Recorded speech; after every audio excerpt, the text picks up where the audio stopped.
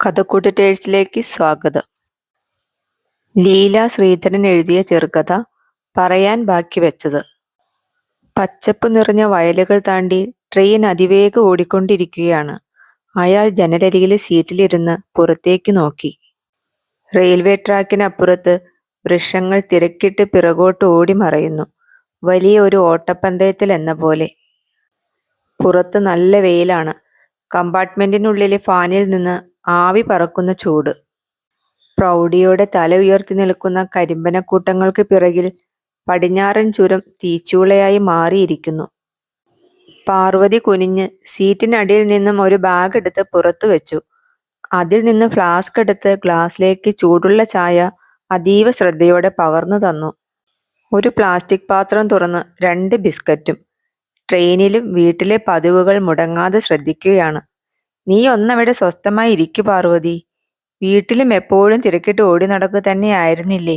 ഇപ്പോഴെങ്കിലും ഒന്ന് വെറുതെ ഇരുന്നുകൂടെ? തെല്ലൊരു അസഹ്യതയോടെയാണ് പറഞ്ഞത്. ട്രെയിനിൽ കയറിയപ്പോൾ മുതൽ ശ്രദ്ധിക്കുകയാണ്.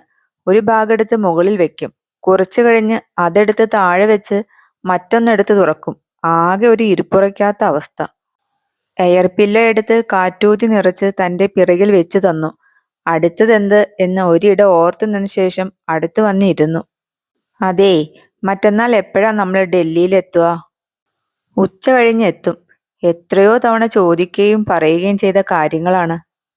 2 ദിവസം അവിടെ കുട്ടികളുടെ കൂടെ തങ്ങിയിട്ട് പോയാൽ മതിയായിരുന്നു. ഇനി പറഞ്ഞിട്ട് കാര്യമില്ലെന്നറിയാം. എല്ലാ ഒരുക്കങ്ങളും ചെയ്തിരിക്കുന്നു എന്നല്ലേ പറഞ്ഞത്? നേരിയ നിരാശ അവളുടെ സ്വരത്തിൽ അടങ്ങിയിരുന്നു. അതിനെന്താ, ഒരാഴ്ച കഴിഞ്ഞാൽ അവരുടെ അടുത്തേക്ക് തന്നെയല്ലേ വരണത്? എന്നിട്ട് എന്താ കാര്യം? അടുത്ത ദിവസം മാഷ് ബോംബെയിലേക്ക് പോവല്ലേ? നമ്മൾ രവിയുടെ വീട്ടിൽ തിരിച്ചെത്തുമ്പോഴേക്കും ഗീത വരുമെന്നാ പറഞ്ഞത്, അച്ഛനെ കൊണ്ടുപോവാൻ. മറുപടി ഒന്നും പറഞ്ഞില്ല. ഉത്തരമില്ലാത്ത ചോദ്യങ്ങൾക്ക് മൗനമാണ് നല്ലത്. കുറച്ചിട അവൾ പുറത്തേക്ക് നോക്കിയിരുന്നു. ഉച്ചവെയിൽ ചൂടിൽ അവളുടെ കണ്ണുകൾ മഞ്ഞളിക്കുകയും മുഖം ചുവക്കുകയും ചെയ്തിരുന്നു. വീട് ഇനിയിപ്പോ എന്താ രവി ചെയ്യുന്നത് ആവോ? നോക്കാൻ ആരെങ്കിലും ഏൽപ്പിക്കുമെന്ന് കരുതല്ലേ? ഓ, അപ്പോൾ ഇതായിരുന്നു ചിന്ത. മക്കളുടെ യഥാർത്ഥ തീരുമാനം അറിഞ്ഞാൽ നീ നെഞ്ചു തകർന്ന് മരിക്കുമല്ലോ എന്ന് മനസ്സിൽ കരുതി. എന്തിനാ വേണ്ടാത്ത കാര്യങ്ങൾ ആലോചിക്കുന്നത്? നമുക്ക് രണ്ടാൾക്കും വയസ്സായി. ഒറ്റയ്ക്ക് താമസിക്കാനുള്ള പ്രായമൊക്കെ കഴിഞ്ഞു. ഒന്ന് വീണാൽ ആരാ താങ്ങാനുള്ളത്? രവിയും ഗീതയും പറഞ്ഞ കാര്യങ്ങൾ തൻ്റെ അഭിപ്രായമാക്കി പാർവതിയോട് പറഞ്ഞു. അവൾ മിണ്ടാതെ പുറത്തേക്ക് നോക്കിയിരിക്കുകയാണ്. അച്ഛൻ്റെ അഭിപ്രായം അമ്മയ്ക്ക് സ്വീകാര്യമായിരിക്കുമെന്ന് മക്കൾക്കറിയാം. ഏതൊക്കെയോ സ്റ്റേഷനിൽ വണ്ടി നിൽക്കുകയും ആളുകൾ കയറുകയും ഇറങ്ങുകയും ചെയ്യുന്നുണ്ട്. ഒന്നും ശ്രദ്ധിക്കാൻ തോന്നുന്നില്ല. തീവണ്ടി യാത്ര പോലെ തന്നെയാണല്ലോ ജീവിതവും.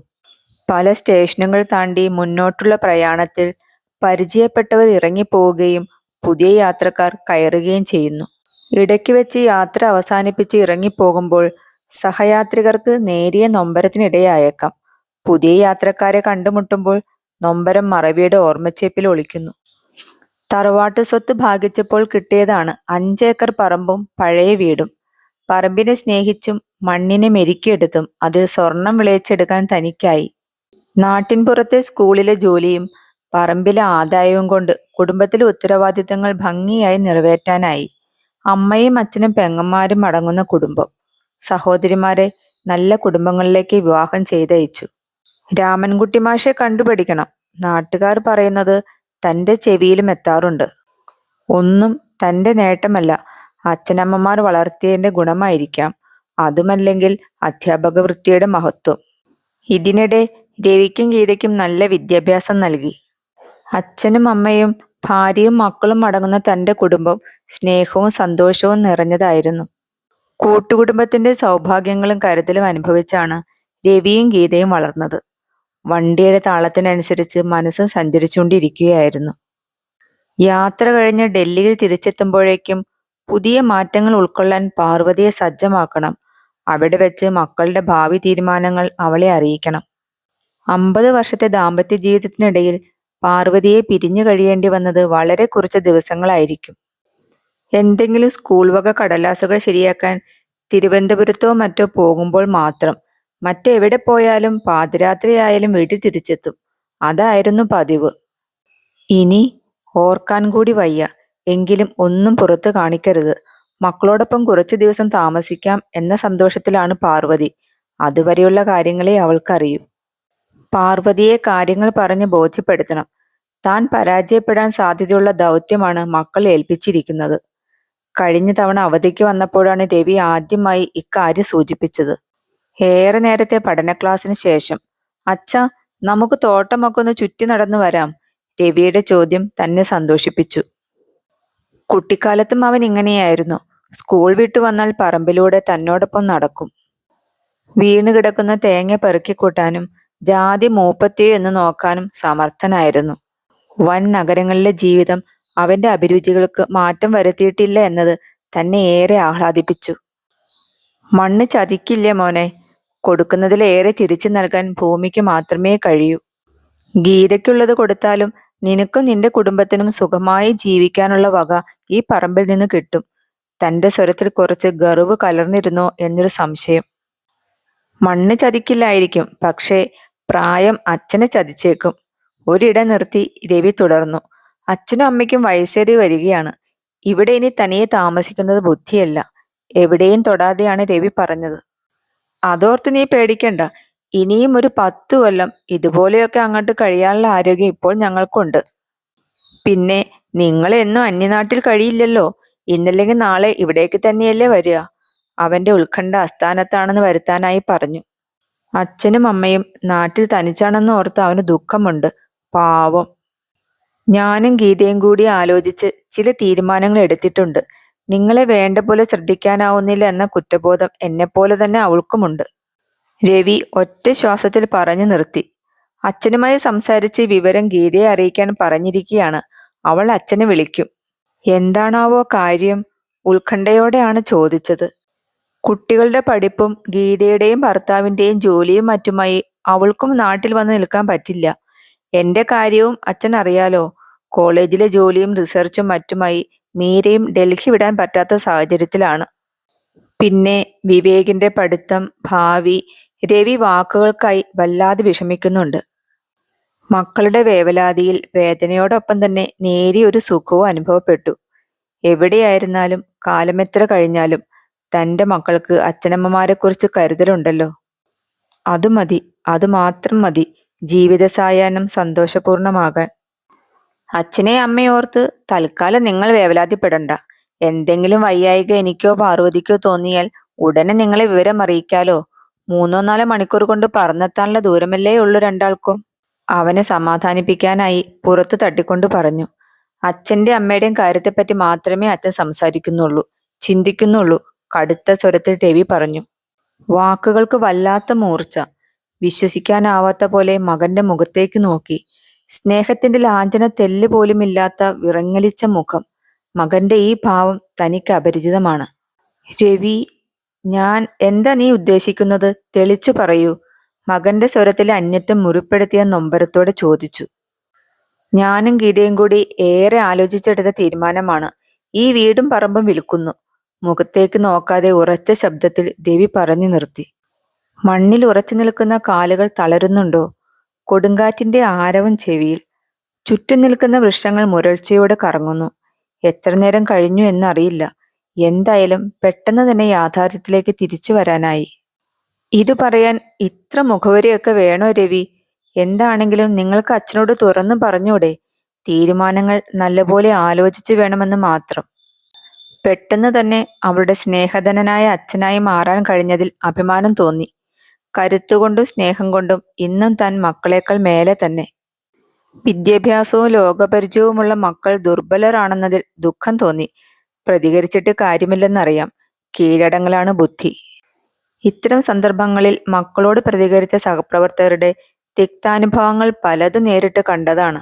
തളർച്ച പുറത്തു കാണിക്കാതെ രവിയുടെ മുൻപിൽ കയറി നടന്നു. നെഞ്ചിനകത്ത് വല്ലാത്ത കടച്ചിൽ. തൊണ്ടയിൽ എന്തോ ഭാരം വന്ന് തടയുന്ന പോലെ.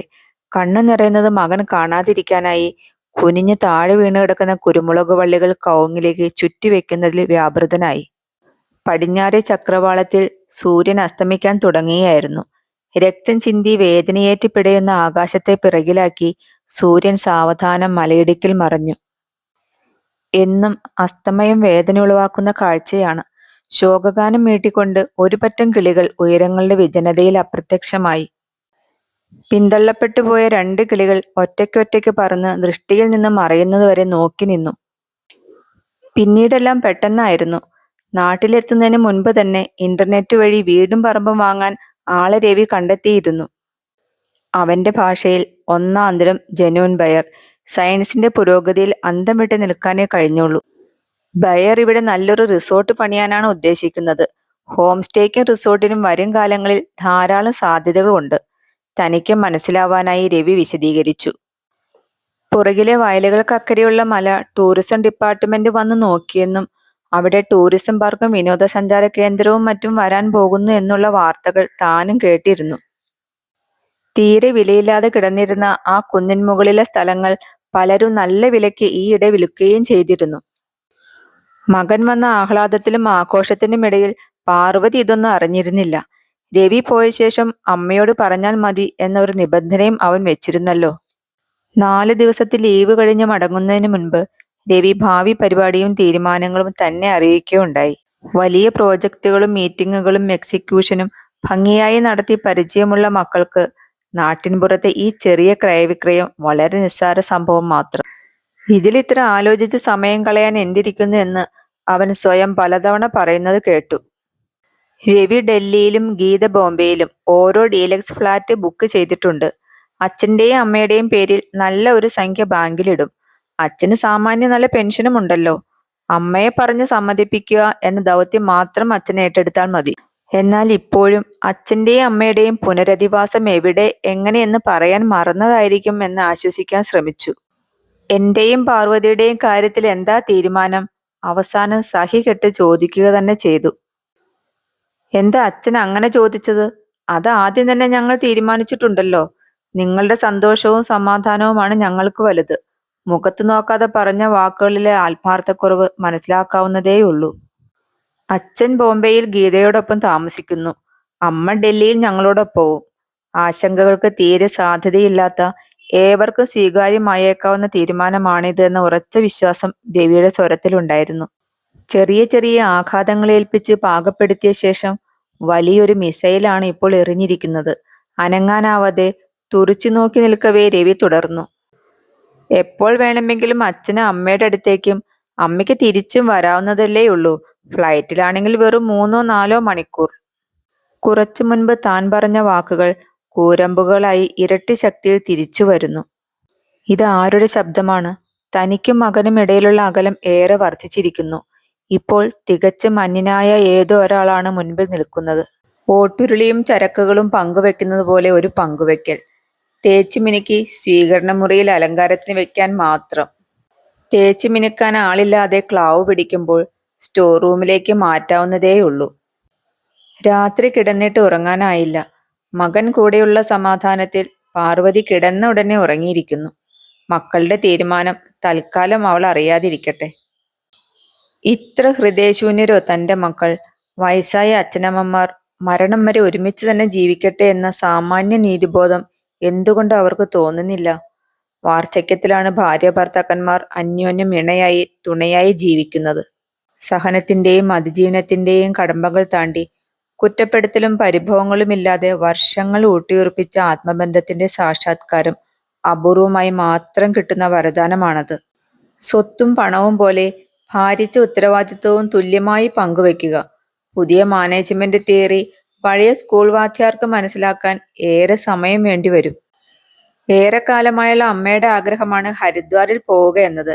ഒരാഴ്ച രണ്ടാളും അവിടെ പോയി താമസിക്കുക. തിരിച്ചു വരുമ്പോഴേക്കും അമ്മയെ കാര്യങ്ങൾ പറഞ്ഞ് മനസ്സിലാക്കണം. അച്ഛനും അമ്മയ്ക്കും യാത്രയ്ക്കും താമസത്തിനും വേണ്ട എല്ലാ ഏർപ്പാടുകളും ചെയ്താണ് മകൻ വന്നിരിക്കുന്നത്. അമ്മയെ തൃപ്തിപ്പെടുത്താൻ ഇതിലും വലിയൊരു ഓഫർ വെച്ച് നീട്ടാനില്ലെന്ന് മകനറിയാം. മകന്റെ പ്ലാനിങ് തന്നെ അത്ഭുതപ്പെടുത്തുന്നു. തർക്കത്തിനോ അഭിപ്രായ വ്യത്യാസത്തിനോ താൻ മുതിരുന്നില്ല. തൽക്കാലം യാത്രയെക്കുറിച്ച് മാത്രം പാർവതിയോട് പറഞ്ഞു. ഹരിദ്വാറിൽ പോയി ഗംഗയിൽ മുങ്ങിക്കുളിക്കണമെന്ന് ഇപ്പോഴും തനിക്ക് ആഗ്രഹമുണ്ടോ? രവി തിരിച്ചുപോയ ദിവസം വിരസതയോടെ ഇരിക്കവേ ചോദിച്ചു. എന്താ ഇത്ര സംശയം? പക്ഷേ മോഹം തോന്നിച്ചിട്ട് കാര്യമില്ലാലോ. യോഗവും കൂടി വേണ്ടേ? അവൾ ഉത്തരം മറുചോദ്യത്തിൽ ഒതുക്കി. എന്നാൽ യോഗം ഉണ്ടെന്ന് കൂട്ടിക്കോളൂ. തന്റെ ചരരാശി തെളിഞ്ഞിരിക്കല്ലേ. വീൺവാക്ക് കേൾക്കേണ്ട എന്ന ഭാവത്തിൽ അവൾ തല തിരിച്ചു. എല്ലാം ശരിയാക്കിയിട്ട് അമ്മയെ അറിയിച്ചാൽ മതിയെന്ന് രവിയ പറഞ്ഞത്. അടുത്ത ബുധനാഴ്ച നമ്മൾ ഇവിടുന്ന് യാത്ര പുറപ്പെടും. അവൻ ടിക്കറ്റും താമസവും എല്ലാം ഏർപ്പാടാക്കിയിട്ടുണ്ട്. തനിക്കൊരു സർപ്രൈസ് ആവട്ടെ എന്ന് കരുതിയാ അവൻ പറയാതിരുന്നത്. ഇപ്പോഴും വിശ്വസിക്കാനാവാത്ത പോലെ നിൽക്കുകയാണ് പാർവതി. നിന്റെ കുട്ടിയുടെ സ്വഭാവത്തിന് ഒരു മാറ്റവും ഇല്ല. എന്തൊക്കെ ചെയ്താലും അമ്മയ്ക്ക് സന്തോഷമാവുമെന്ന് നോക്കി നടക്കും അവൻ. അഭിമാനം സ്ഫുരിക്കുന്ന വാക്കുകൾ കേട്ടതായി നടിച്ചില്ല. തിരിച്ച് ഡൽഹിയിലെത്തിയ ശേഷം കുറച്ചു ദിവസം ഞാൻ ബോംബെയിൽ ഗീതയുടെ അടുത്ത് പോയി താമസിക്കും. നമ്മൾ രണ്ടാളും ചെല്ലണമെന്ന് മോൾ നിർബന്ധം പിടിച്ചതാണ്. എന്നാൽ അമ്മ തൻ്റെ കൂടെ കുറച്ചുനാൾ കൂടി താമസിച്ചു പോയാൽ മതിയെന്ന് രവി വല്ലാത്ത കടുപിടുത്തം. അവസാനം ഞാനും ഗീതയും സമ്മതിക്കേണ്ടി വന്നു. രവി ചിന്തിക്കുക പോലും ചെയ്യാത്ത ആഗ്രഹം തന്മയത്വത്തോടെ അവതരിപ്പിച്ചപ്പോൾ അവളുടെ മുഖമൊന്ന് കാണേണ്ടതായിരുന്നു. അവനെന്നും അമ്മയോട് സ്ഥായി കൂടുതൽ, ഗീതയ്ക്ക് അച്ഛനോടും. ഡൽഹി സ്റ്റേഷനിൽ രവിയും മീരയും കാത്തു നിൽക്കുന്നുണ്ടായിരുന്നു. പുറത്തിറങ്ങിയപ്പോഴേക്കും മീര ഓടിവന്ന് അമ്മയെ കെട്ടിപ്പിടിച്ചു. തിരക്കിനിടയിലൂടെ ഊളിയിട്ട് രവിയോടൊപ്പം പുറത്തേക്ക് നടക്കുമ്പോൾ മീര പറയുന്നത് കേട്ടു. ഗീതേച്ചി 2 തവണ വിളിച്ചിരുന്നു. അച്ഛനും അമ്മയും എത്തിയില്ലേ എന്ന് അന്വേഷിച്ചു. അവസാന നിമിഷത്തിൽ അച്ഛൻ കാലുമാറുമോ എന്ന മകളുടെ ഭയം ഇനിയും വിട്ടുമാറിയിട്ടുണ്ടാവില്ല. ക്രമീകരണങ്ങളെല്ലാം വേണ്ടതിലധികം ശ്രദ്ധയോടും ഭംഗിയായും ഒരുക്കിയിരിക്കുന്നു. മീര എന്നും അങ്ങനെയായിരുന്നു. വാക്കുകളും പ്രവൃത്തിയും പദപ്രശ്നം പൂരിപ്പിക്കുന്ന ജാഗ്രതയോടെ പ്രയോഗിച്ച് 100% വിജയം നേടും. എങ്കിലും എന്തോ ഒരു കുറവ് ബാക്കി നിൽക്കുകയും ചെയ്യും. സുഗന്ധമില്ലാത്ത മനോഹരമായ പൂക്കളായി ഓരോ വാക്കും കൊഴിഞ്ഞു വീഴും. അത്താഴത്തിനു ശേഷം ഏറെ നേരം രവിയും മീരയുമായി സംസാരിച്ചിരുന്നു. വിവേകിനെ വൈകുന്നേരം വന്ന ഉടനൊന്ന് കണ്ടതാണ്.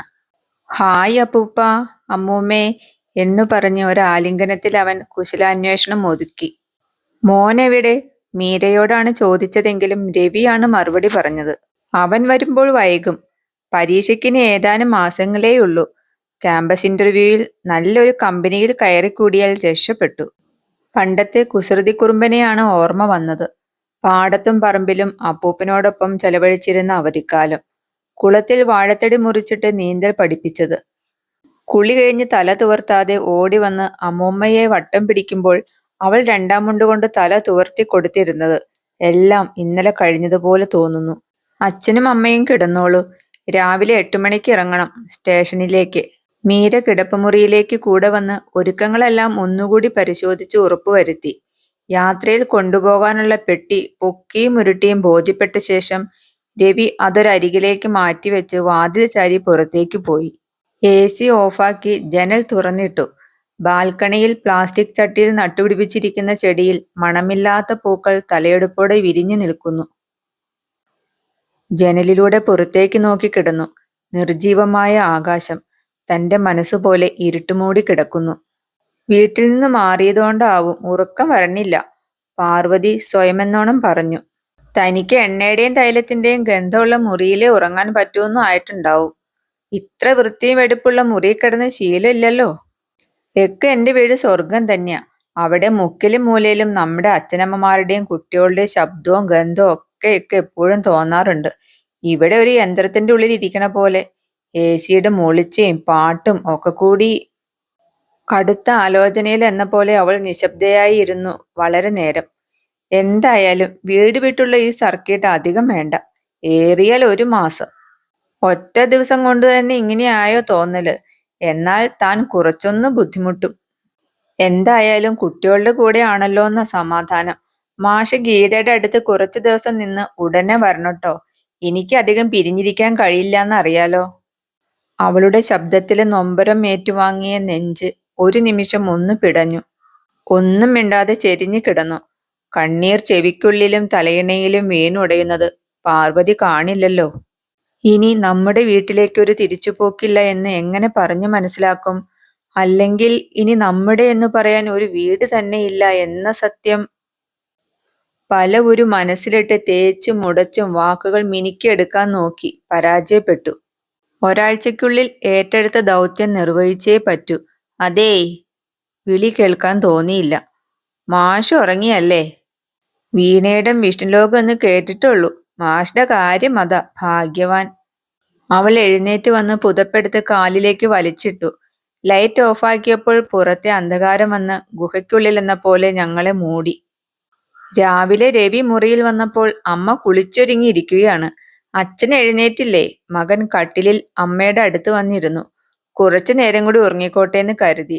2 ദിവസം വണ്ടിയിലിരുന്നതല്ലേ, ക്ഷീണുണ്ടാവും, അതാ വിളിക്കാത്തെ. അപ്പോഴേക്കും മീര ചായയുമായി എത്തി. അച്ഛാ എണീക്കൂ, പോണ്ടേ? രവി വിളിച്ചിട്ടും എണീക്കുന്ന ലക്ഷണമില്ല. ഇതെന്തൊരു ഉറക്കാ? അമ്മ അടുത്തേക്ക് വന്നു. സൂര്യൻ ഉദിക്കണേന് മുമ്പ് ഉണരണ ആളാ. അച്ഛൻ മാറത്ത് കൈയും വെച്ച് മലർന്നു കിടക്കുകയാണ്. അമ്മ വിളിച്ചിട്ടും പ്രതികരണമൊന്നും കാണാത്തതിനാൽ രവി അടുത്തേക്ക് ചെന്നു. നെഞ്ചത്ത് വെച്ചിരിക്കുന്ന കൈകൾ മാറ്റാൻ ശ്രമിച്ചപ്പോൾ ബലം പിടിച്ചിരിക്കുന്നു. സംശയത്തോടെ അച്ഛന്റെ മുഖത്തേക്ക് തുറിച്ചു നോക്കി. എന്തോ പറയാൻ ശ്രമിച്ച് പരാജയപ്പെട്ട പോലെ തുറന്നിരിക്കുന്ന വായ്. കുലുക്കി വിളിച്ചിട്ടും അനക്കം പറ്റു കിടക്കുന്ന അച്ഛൻ. രവിയിൽ ഭയത്തിന്റെ അലകൾ വളർന്നു വലുതാകാൻ തുടങ്ങി. തൊണ്ടയിൽ തങ്ങി നിന്ന നിലവിളി പുറത്തു വരാതെ ശ്വാസം മുട്ടിച്ചു. ഒന്നും മനസ്സിലാവാതെ മിഴിച്ചു നിൽക്കുന്ന അമ്മയെ നേരിടാനാവാതെ രവി തല താഴ്ത്തി.